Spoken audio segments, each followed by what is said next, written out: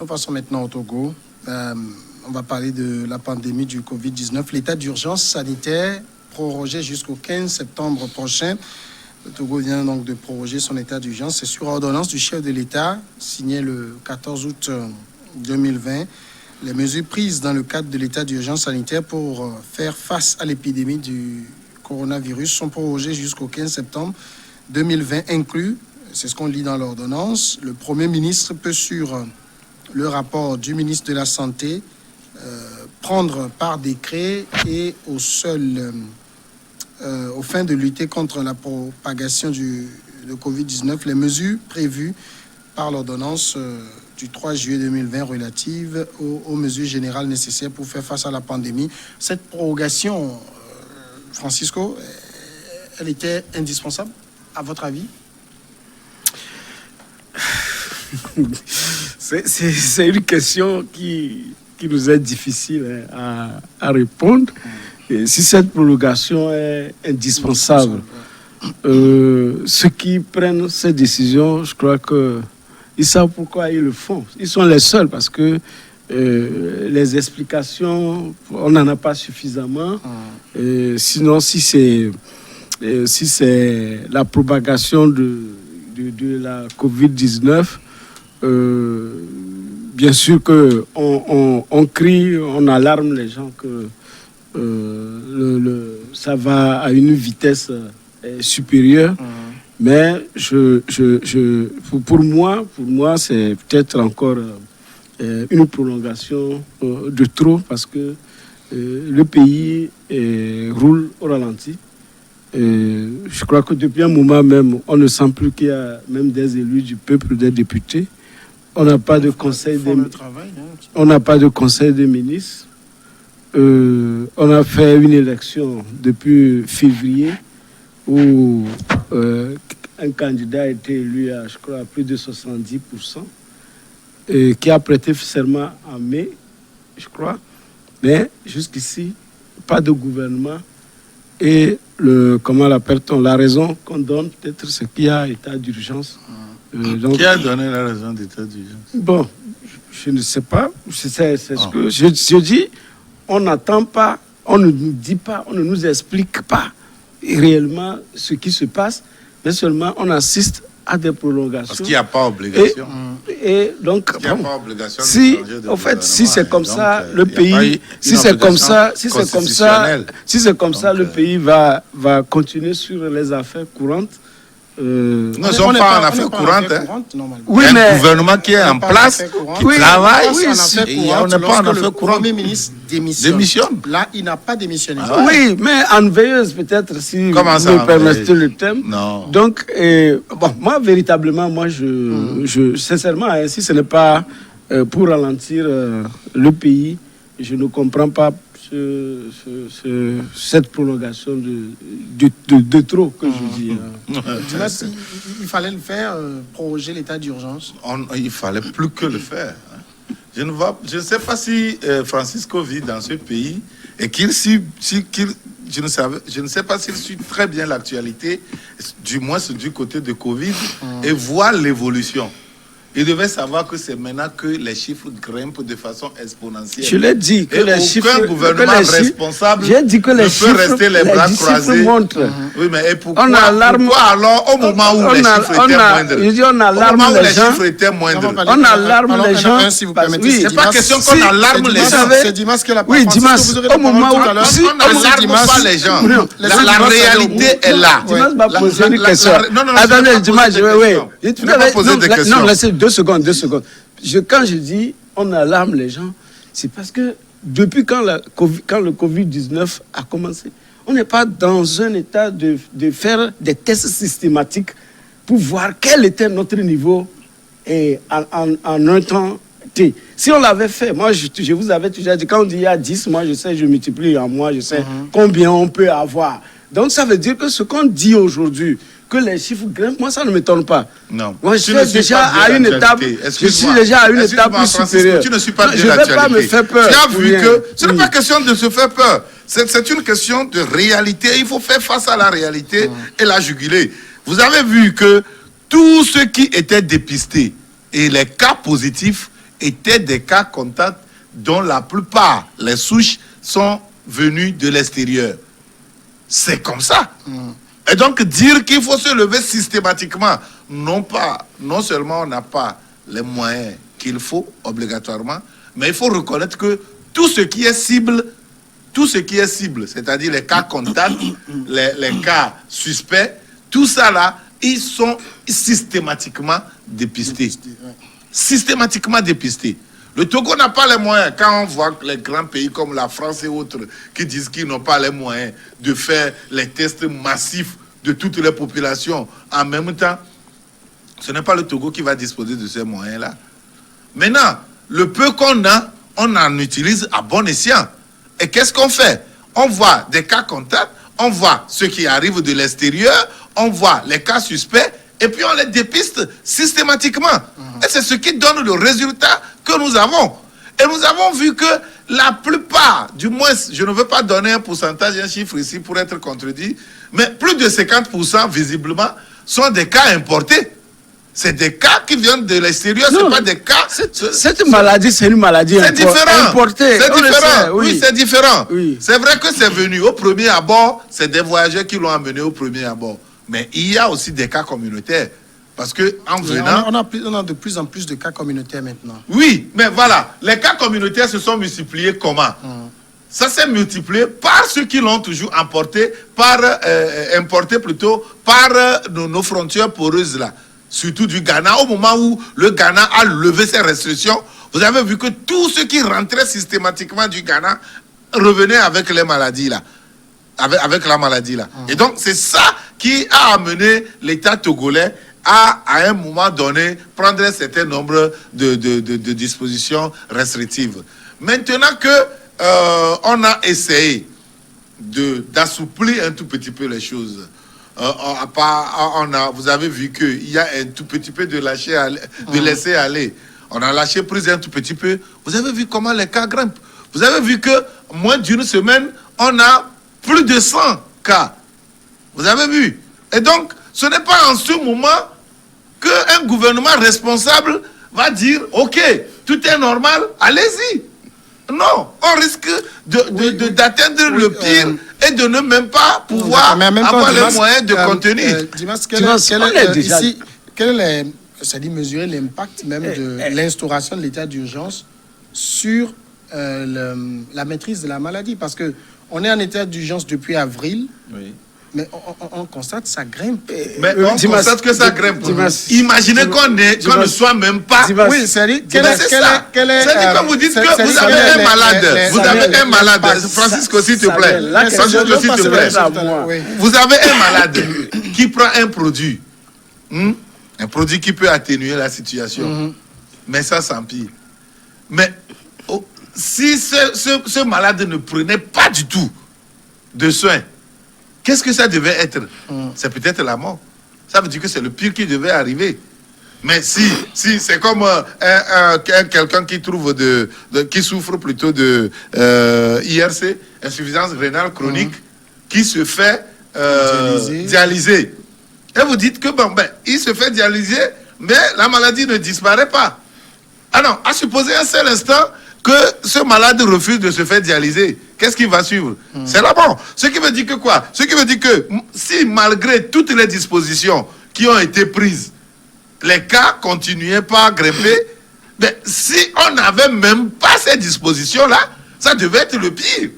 Moi, je me dis que les dispositions qu'on a prises, il y a eu quelques failles. Et les failles-là, c'est qu'on n'a pas de courage à cerner un certain nombre de points. Par exemple, comme les bars qui n'étaient pas fermés, les vidéoclubs, les marchés qui ne sont pas tout à fait contrôlés. Tout ça devait être des points qui devaient être surveillés. D'accord.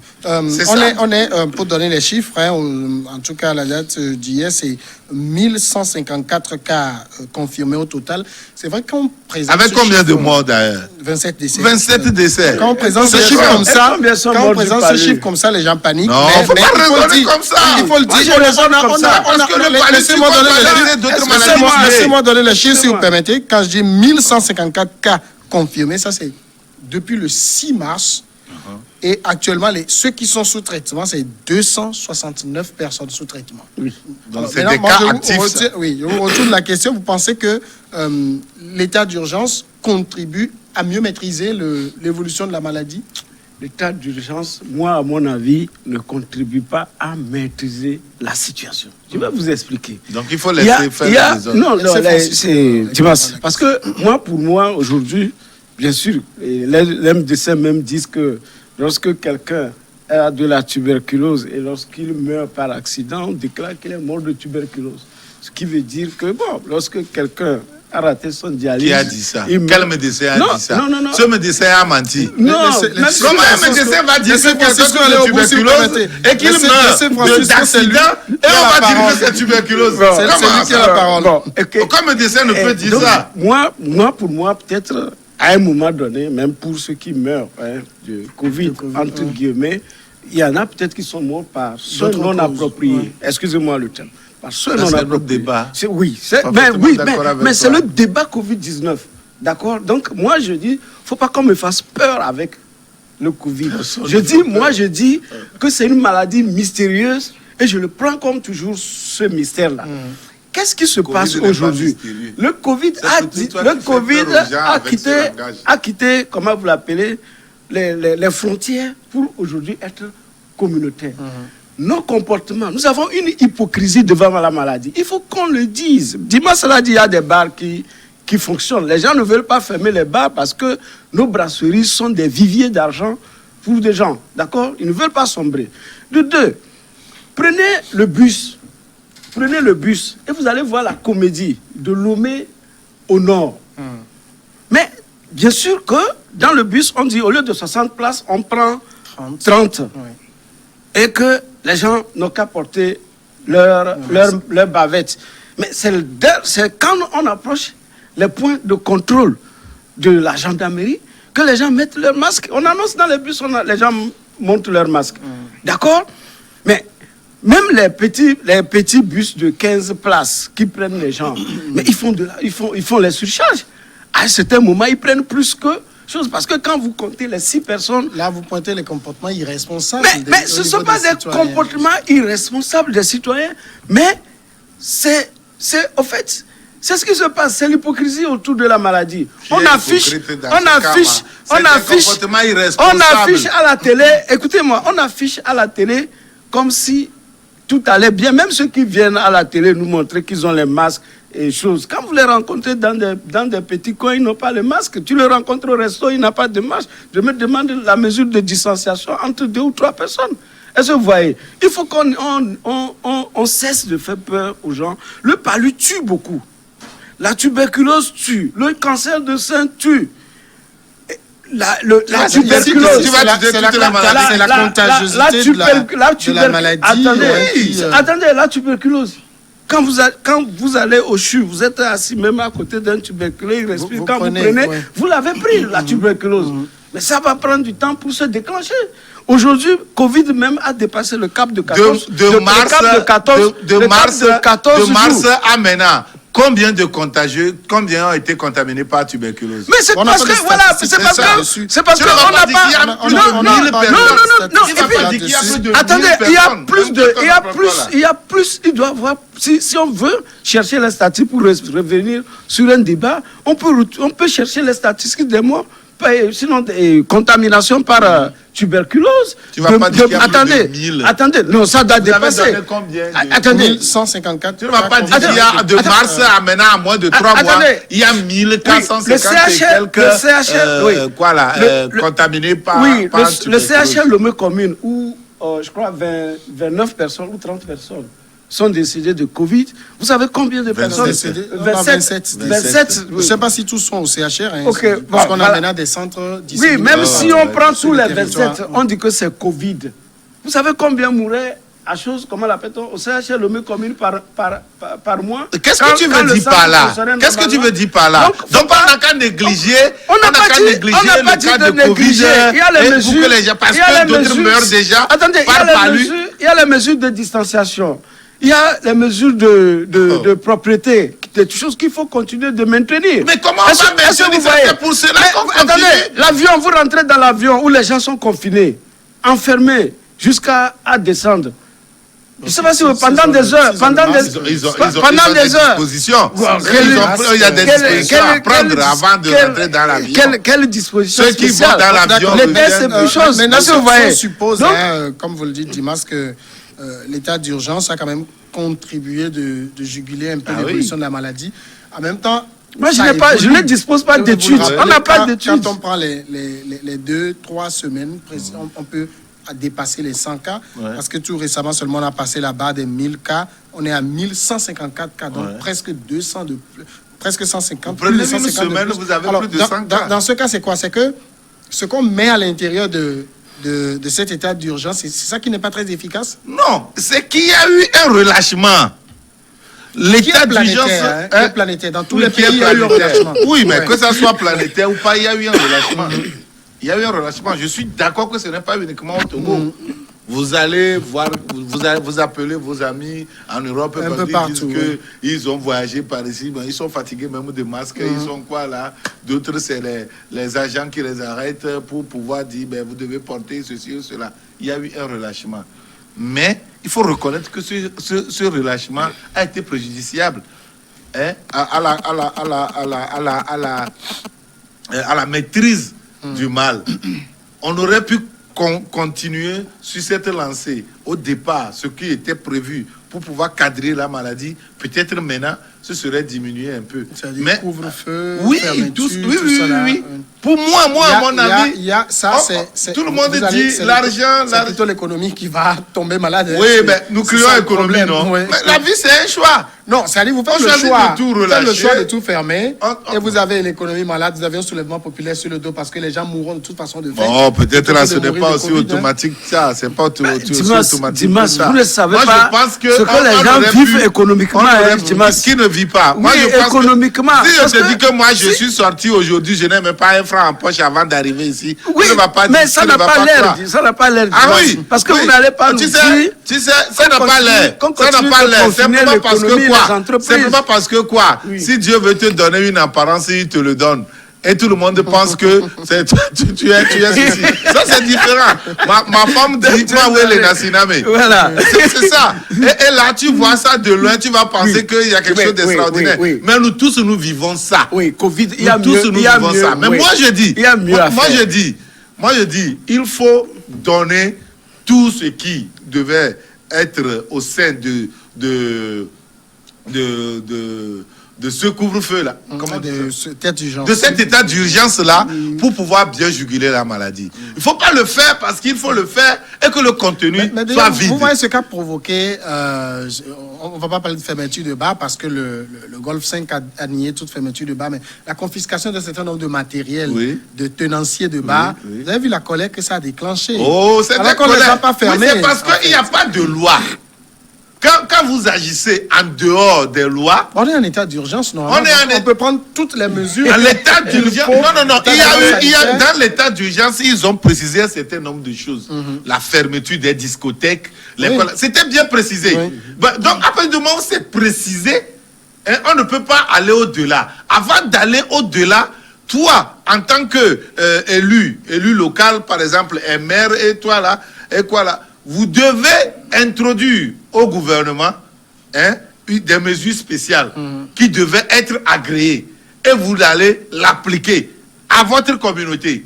Et ça s'arrête là. Au-delà de ça, vous n'avez pas le droit de prendre des dispositions au-delà de ce qui est pris, en dehors de ce qui est pris par le gouvernement. Et c'est pour cela d'ailleurs que le ministre de l'administration territoriale a rappelé les préfets et les maires au respect scrupuleux de ce que le gouvernement a pris comme mesure et a demandé à ce qu'on n'aille pas au-delà de ce qui a été pris. Et donc, si un maire se lève au moment où le gouvernement n'a pas fermé les bars et considère la fermeture des discothèques comme la fermeture des bars, et il est allé au-delà des mesures prises par le gouvernement, les gens doivent réagir. Mais si c'est une loi, c'est une mesure prise par le gouvernement, avec les dispositions, toutes les dispositions, personne ne pouvait réagir. Mais maintenant, regardez, on laisse les gens faire n'importe quoi dans les bars. Allez dans les marchés, pourquoi vous ne condamnez? Parce que là-bas... J'ai parlé de bars et marchés. J'ai parlé de bars et marchés. C'est vrai que les marchés constituent plutôt des points vitaux, des points indispensables. Oui. Mais au-delà de ça, il faut prendre des mesures et des dispositions au sein de ces marchés-là. Surtout la distanciation et le port systématique des masques. Est-ce que vous n'avez pas, Francisco, pas l'impression que c'est vrai qu'il y a beaucoup de communication, hein? Oui. Mais est-ce qu'on n'a pas raté la communication? Parce que depuis que ça a commencé, moi je ne sais pas, tous les jours les médecins et autres défilent sur les médias, mais on voit les comportements, ça ne change pas. Est-ce que ce n'est pas finalement raté? Je vais vous dire, la dernière fois, moi j'étais à Dacha. Mais c'est nous les étrangers, bon, ceux qui sont venus, qui portent. Quand on a parlé, les gens... Parce qu'il y a un ami qui me disait que dans certaines localités à Kwalimé, quand vous portez le masque, on vous voit comme un zombie qui est tombé du ciel. Ils ont fait les cérémonies que la maladie là ne viendra pas par ici. Est-ce que vous me comprenez? Non, il y a des... Vous pensez que les communications... Est-ce que vous pensez que les communications que nous faisons à Lomé ici atteignent le coin du Parlement dont vous parlez là? Ça atteint. Oui, non, les gens qui disent qu'ils savent des choses sur la maladie à partir des médias. Il y a le fait. Non, il y a le fait. Combien de FM à Lomé ici sont captés à Dacha? Non, il y a le fait. Combien de stations FM il y a le fait aussi que. S'ils font des cérémonies, c'est qu'ils savent qu'il y a la maladie. Oui, le fait de savoir. C'est pourquoi ils ont fait les cérémonies. Le fait de savoir. Écoutez-moi, la communication de Covid, elle est pratiquement restée. Ah, Lomé, les professeurs... Même à Lomé, les mesures, c'est pas systématique. Il y a 400 milliards pour juguler le Covid-19. Non, c'est l'objectif. Oui, qu'est-ce que la presse... Ça se trouve quelque part. Oui, mais quand on donne des chiffres, il faut se donner les moyens. Il faut se donner les moyens. Et comment l'appelle-t-on? Est-ce que les journalistes ont été vraiment moulés pour faire la communication de Covid-19? Non. Oui, qu'est-ce qu'on doit en dire qu'on n'a pas dit? Pardon? Qu'est-ce qu'on doit en dire qu'on n'a pas dit? Oui, mais la communication n'est pas allée dans les profondeurs du pays. Même si on a fait les cérémonies, cela ne dit pas qu'il ne faut pas prendre les mesures de distanciation. Est-ce que vous voyez? De propreté. Moi, j'ai dit que normalement, après le Covid, nous devons faire un bond qualitatif en matière même de santé, parce que quand vous passez parfois sous les laves-mains, vous voyez la couleur de l'eau, mais vous sentez ce que... À Lomé, elle n'est pas à l'intérieur.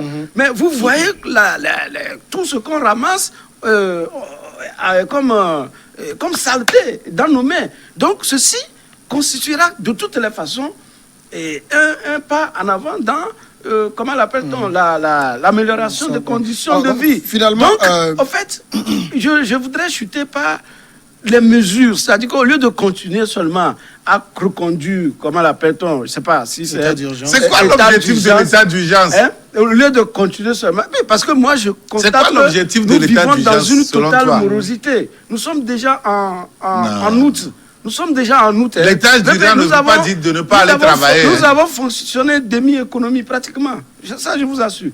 Maintenant, il faut encourager les chercheurs. On l'avait dit ici la dernière fois. Les gens ont des remèdes pour augmenter l'immunité. Mais favoriser pour que ça soit suffisamment produit, pour que les gens utilisent. Est-ce que vous voyez que ça atteigne toutes les couches et qu'on puisse vivre une vie normale et non rester dans le cancan. Et non rester dans le cancan sur le plan de la communication. C'est raté?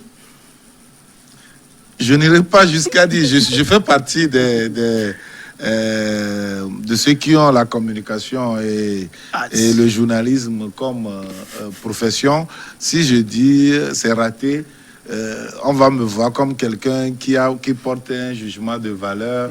D'accord, là. Mais ceux qui ont institué, la façon dont ils ont institué la communication a échoué. Eux-mêmes, ils n'ont qu'à voir le résultat qu'ils ont. Ils ont échoué. Malgré tout ça, là, ce qu'ils ont comme résultat, c'est ça, ils doivent savoir qu'il y a encore du chemin à faire. Si vous avez vu, vous allez voir de près que la presse a été carrément écartée de cette communication. Hein?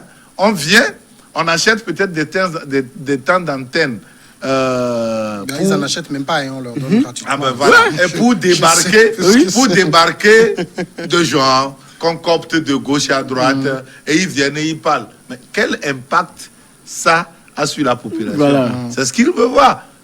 C'est ce qu'ils veulent voir. Et les gens ne savent pas que les gens aiment écouter ce qu'ils ont déjà écouté et qu'ils ont peut-être apprécié par le passé.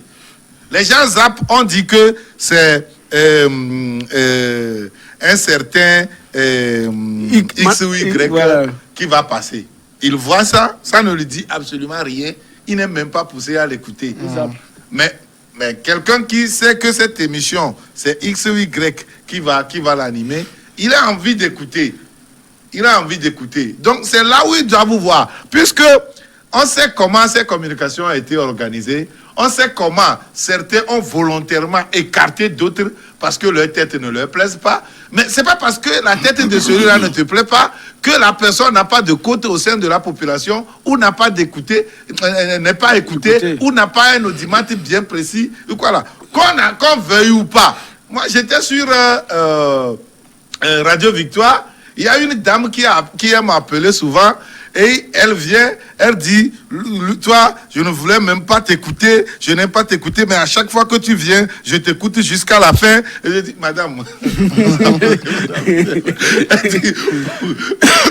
c'est comme ça. Les gens ont travaillé pendant des années pour se forger un audimat bien précis. Et ils sont bien suivis. Et ils constituent d'ailleurs des leaders d'opinion du pays. Vous les écartez systématiquement. Et vous devenez de parfaits inconnus, soit disant qu'ils sont de telle ou telle couche. Mais ils n'ont qu'à voir l'impact de ces communications sur le terrain. Ils n'ont qu'à voir les résultats. C'est ça. Parce que ce qui se passe ici, c'est que à chaque fois qu'il faut venir ici parler et faire du bénévolat, ben on est prêt à vous accompagner à ce que vous veniez. Mais quand on entend de l'argent dedans, et on sait que ceux-là, quand ils iront communiquer, ils auront telle prime, on vous écarte systématiquement. Et voilà, c'est ce que nous vivons. Quand les gens viennent, il faut leur tendre une facture. Non, quand ils viennent parler de... On est en état d'urgence, tous les médias aussi sont en état d'urgence médiatique. Moi, de toute façon, depuis j'avais dit que pour Covid, là, le jour qu'on va vouloir lever cet état d'urgence, les gens auront peur. Donc c'est pourquoi ça continue. Non, sincèrement. Parce que, c'est que Francisco. Oui, les gens ont peur de lever l'état d'urgence pas à cause de la maladie. Non, de toute façon, ça doit durer 6 mois. Ce que je vois dans son... Non, c'est le 15 septembre. Oui. Bon, ça c'est un prolongement. On peut prolonger. D'un mois tout au plus. Si ça ne change pas, ça doit durer 6 mois. On a commencé en avril. Ça peut aller plus. Non, c'est dit, selon ce que l'Assemblée a moins que je me trompe, ça doit durer 6 mois. Après 6 mois, on doit encore retourner pour demander. Tu penses que c'est difficile de le faire? C'est absolument rien. Ça, c'est un claquement de doigts et puis c'est fini comme ça. Ne mets pas tout sur le compte de l'état d'urgence. L'état d'urgence est là. Pour prendre des dispositions au niveau de l'État pour pouvoir respecter les mesures. Samuel, la dernière fois, je voudrais parler d'un pont sur la route de Bassa, à 17 km de Bassa, qui était en train de tomber. Maintenant, le pont a pratiquement cédé. D'accord, avis. Je pense qu'on a détourné les voitures. Oui, on détourne les voitures publiques. Madame la ministre des Transports publics a interpellé. Merci Francisco Napokura. Dimas, merci. Je vous en prie. Merci à tous. On regarde le contact.